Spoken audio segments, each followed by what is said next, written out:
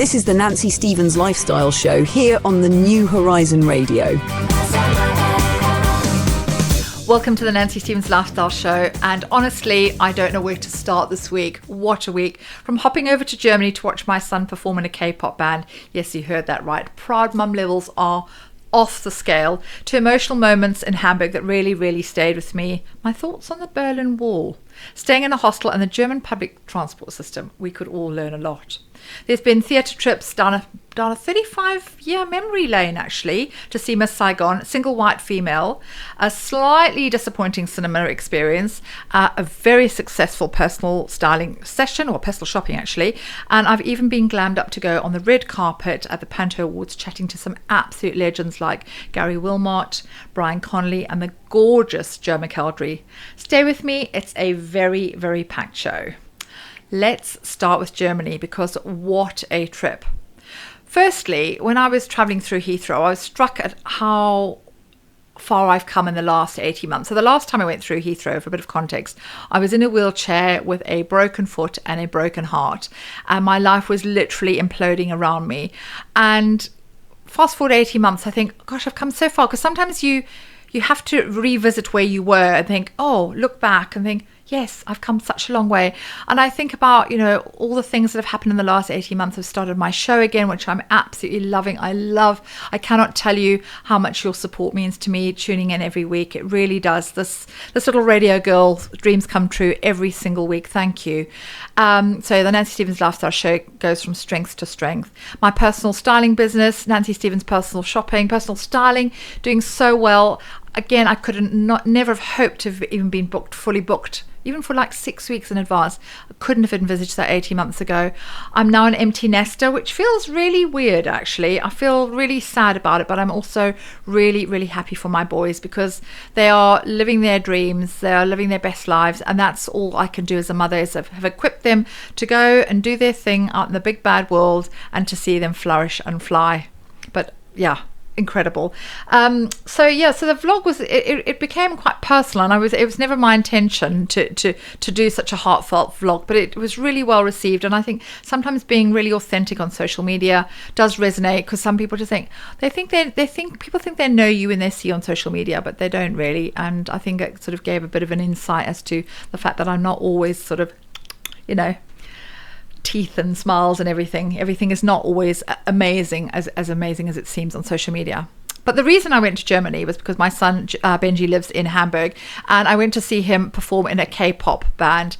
I mean, surreal doesn't even cover it. I mean, watching your child perform on stage like that in a completely different country, living his dream, honestly, I literally could have burst.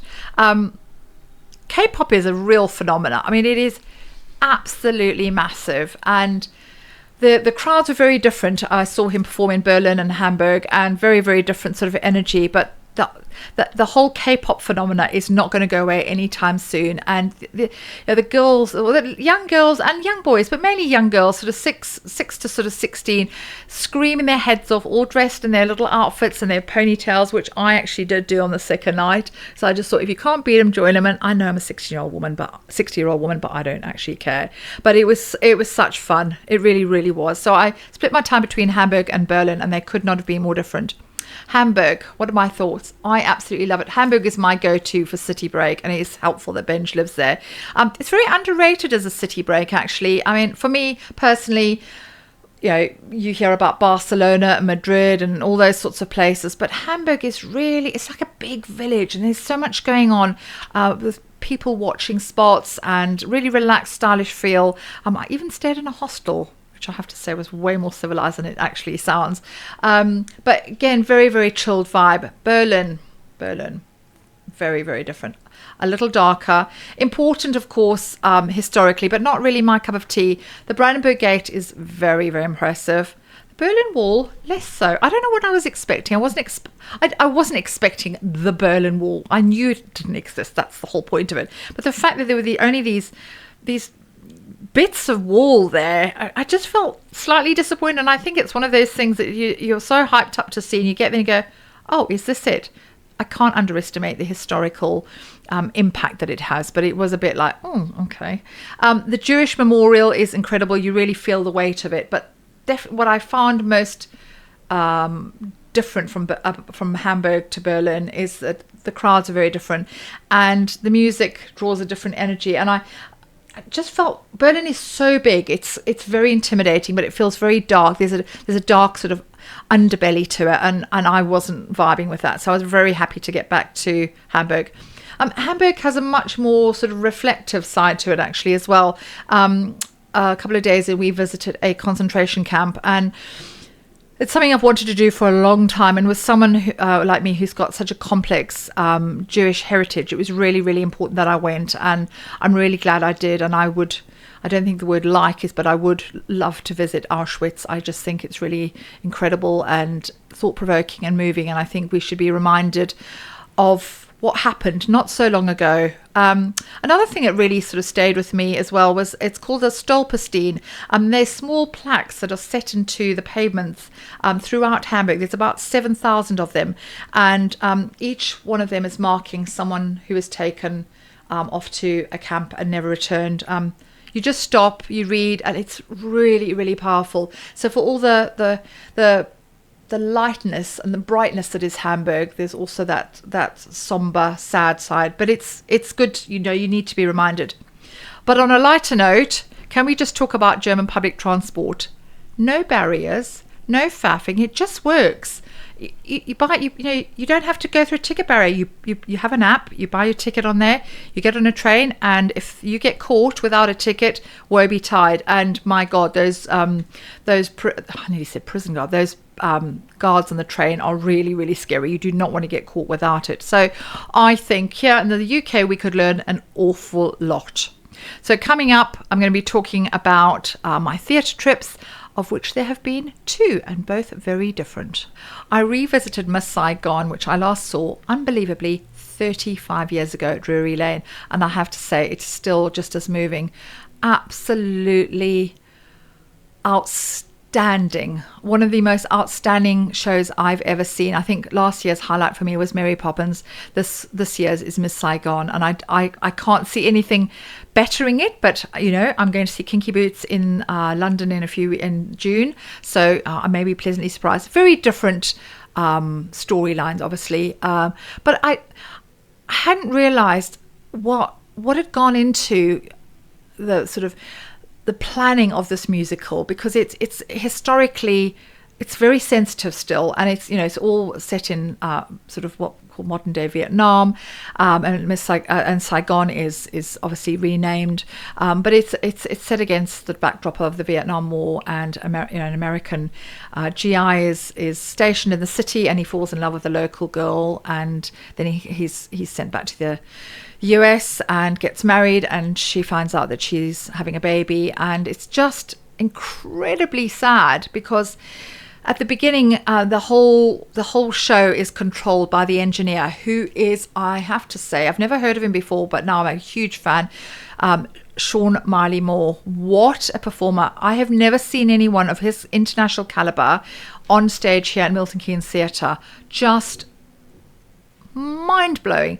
He reminds me of Adam Lambert in terms of that phenomenal showmanship, and just incredible. I mean, as the engineer, he is orchestrating. He's the kind of the pimp. He's making things happen, and he's a deeply unpleasant but incredibly camp in the way that his portrayal of it. And I last saw Jonathan Pryce play this role back in, as I say, 1980 something, 89, as I say, in a Theatre Royal Drury Lane. And the only thing that was missing was the huge helicopter that comes down and fills the stage.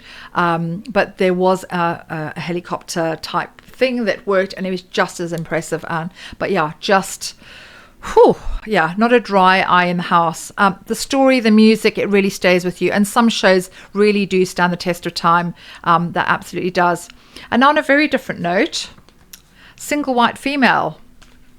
I really actually enjoyed this. It's based on the movie from 1992 starring Bridget Fonda and Jennifer Jason Leigh.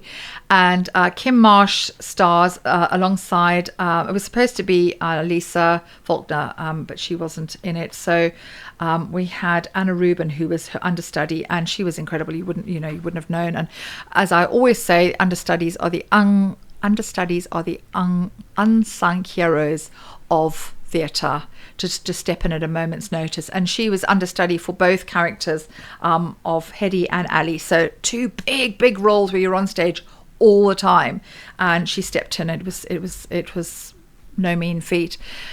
Basically, I would just sort of say, for those of you who've not seen it, it's about Ali, who is a single mum, and she's trying to look after her daughter in an apartment that is kind of not substandard, I think is a polite way of putting it.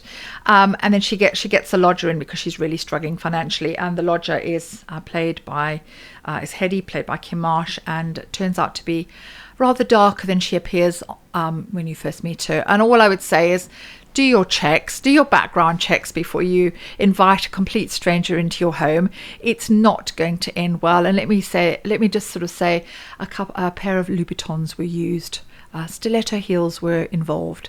It's gripping, it's suspenseful, and I thought it was fantastic. And I was a bit worried because the last straight play I saw, which was Morse, I really didn't enjoy. So I was I didn't have high expectations, but I was very, very pleasantly surprised. The Single White Female is touring the UK, but it was at Milton Keynes Theatre. So yeah, a film like that translates to stage. Did it work? Yes, it certainly did. Definitely recommend Single White Female. And coming up, I'm going to talk about a film that didn't quite land for me at Cineworld Milton Keynes. And a couple of weeks ago, I went to see The Magic Forestry at Cineworld, and I had such high hopes. I really did. Enid Blyton was my childhood, literally my childhood. She's the reason I started reading so young. Pure escapism, magical worlds. But sadly, it just didn't translate. Despite being from the makers of Wonka, which I absolutely adored, this one really missed the mark for me. The characters all annoyed me. Every single character annoyed me. The magic wasn't quite there, and I really, really wanted to love it. Visually, it's mind-blowing. But it's, again, as I say, it's from the makers of Wonka, so you would expect it to be nothing less than a visual feast. And that it is. But as I say, all the characters really annoyed me, and they had some big names in there. They had Nicola Coughlan from Bridgerton, but her character annoyed me. I just didn't feel it. It felt like it was copying, with the family side of it, Mother's Pride, and that Mother's Pride just had a different feel about it. The characters were all so endearing. And I think, again, as I've said before, if the characters don't resonate, or they get on your nerves, or they give you the ick, you check out, you switch off. So for me, magic wasn't there. Sometimes nostalgia is better left where it is. Now, to something that I absolutely love. I did a personal shopping trip with my client Maria at Marks and Spencer's. Now, I've said it before and I'll say it again. Marks and Spencer's, whoever your buyer is, deserves an award. I think the buyer, the current buyer at Marks and Spencer's is ex Topshop, but in a good way. I'm not loving Topshop at the moment. Its new sort of iteration at all. Honestly, I'm not feeling it. I was never really a massive Topshop girl in the first place, first time around. But Marks and Spencer's have got it just right. The layout in the store is beautiful. It feels very boutique. It's very well replenished. There's lots of different sizes. The staff are incredibly helpful. And when I went in to book my personal shopping trip for my client, I spoke to the manager and she said, I know who you are. I follow you on Instagram. What can we do to help? And literally felt like the red carpet had been laid out for me. More of red carpet news later in the show. But she said, what can we do? Let's get you a rail. Let's get you a room. Let's see what we can do to help. And I felt so welcomed, and it was just an absolute pleasure. So my client, a little bit of context, my client Maria is petite. She's tiny. She's 5'2". And one thing Marks and Spencer's do brilliantly, and this is the whole reason we went there, and I'm just saying this to other retailers, take note, is the different trouser lengths, which honestly make such a difference. Nobody wants to keep having to buy clothes and have them altered. Even I have to have clothes altered sometimes. My trousers are too long, and I'm 5'5". So if you're petite, which is 5'3" and under, it is really frustrating to have to spend between 30, 40, 50, up to 70, maybe £100 on a pair of trousers, and then you have to have them altered. Just for me, just doesn't seem right. So anyway, we we put together the most brilliant summer and holiday wardrobe, pieces that actually sort of fit properly, worked together, and most importantly, Maria felt amazing in them. We were actually sport for choice. There was so much to choose from. She had a rail that was just, honestly, it was almost as wide as a studio, absolutely huge, and we whittled it down. We got some incredible key pieces that are going to work for all her holidays and for a spring summer wardrobe.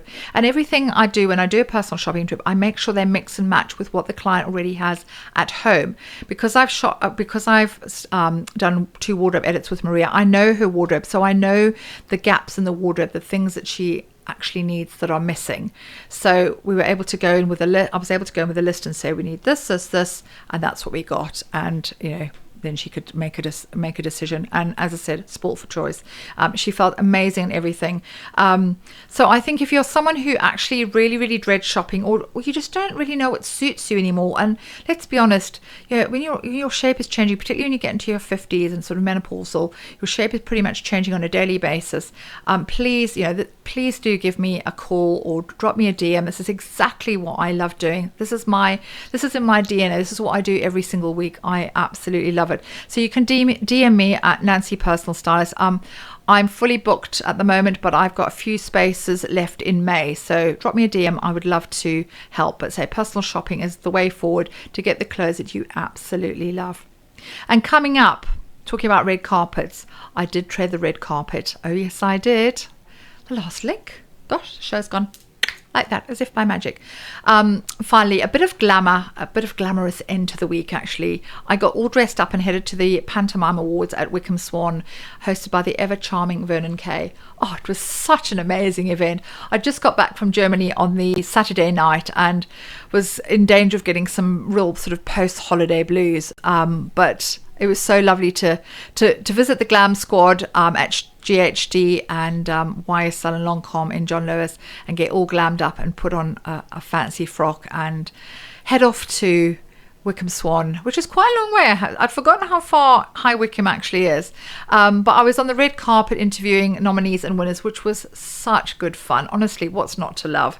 I caught up with people like Joe McElderry, who I have to say is one of the most delightful people I have ever interviewed. I interviewed Joe back in 2018, I think, actually. And the interview then was the most, I remember posting on then Twitter saying, I'm going to be posting my interview with Joe McElderry, and every single person that was following me on Twitter, and I had a few thousand followers, said, oh my God, when's this interview coming out? And literally every day until I posted the interview, kept saying, where's Joe's interview? Where's Joe's interview? And he is so loved, and I can see why. He's such a charming young man. And the same thing happened again. He just sprinkled that magic Joe McElderry fairy dust, and in his orbit, everyone is just in awe of him. He's just delightful. Since winning the X Factor, I think it's 2006, his star has continued to ascend, and he deserves every bit of success. I've seen him in Joseph at Milton Keynes Theatre, and he made a great Joseph. And then I think I saw more recently as Pharaoh in Joseph at Milton Keynes Theatre again. And he's just evolved as a performer. But what a nice bloke!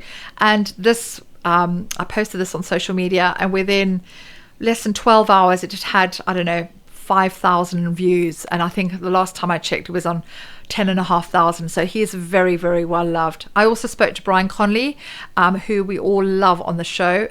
Brian often appears in Panto locally, as he did last year. And again, he's just a delight. He won Best Panto Icon, and he really is. But he's more than a Panto icon. I've seen Brian Conley in musical theatre, Barnum and Anything Go, Me and My Girl, back in the day. So he got his equity car when he was 12. So he's been in the showbiz world for 52 years, which he reminded me of. I thought it was 40. He said 52 years. Again, fantastic to chat to him. And then the musical theatre legend, Gary Wilmot, MBE. I mean, what a gent, very down to earth. And again, it was easier to name the shows that he hadn't been in than the shows he had been in. I was really, really happy to meet him, because I remember seeing him when I first came to the UK in Me and My Girl, and just blew me away. He's one of those all-round musical theatre performers, old school musical theatre. Loved him. Met George Webster of CBBS. I'd seen him in Panto at the Derngate. at Christmas, and what a lovely young man, so polite. Ellie Goldstein from Strictly, Andy Collins from BBC Three Counties, and also who does Aylesbury Panto, and Cheer Up Charlie from the Cheer Up Charlie campaign. And Cheer Up Charlie, if you don't know who he is, you've got to look him up. I'll be posting the interview on my socials. Charlie is a boy who was bullied for loving musical theatre, and he set up this campaign to sort of anti-bullying campaign, and it has taken off, and he works with schools now, just empowering boys particularly in sort of feeling that it's okay to love theatre. So it was such a brilliant night, honestly, full of energy, talent, and a real celebration of theatre. That's it for this week. From K-pop in Germany, honestly, the proudest mum in the world, watching my son up there as lead vocalist, singing Golden and Apata and doing Gangnam Style. I mean, we were all just doing Gangnam Style. Just so proud. Yeah, honestly, I could have burst. I really could have burst. So from K-pop in Germany to Panto in Wickham, it's been quite the ride. If you've missed anything so far, please you can catch up on the show on all the usual platforms. I'll be showing all the highlights, including all those red carpet interviews over on my socials. And if your wardrobe is causing you more stress than joy, you know where I am, Nancy Personal Stylist. So until next time, thank you so much for listening to the Nancy Stevens Lifestyle Show. Stay stylish, stay curious, and I'll see you next week.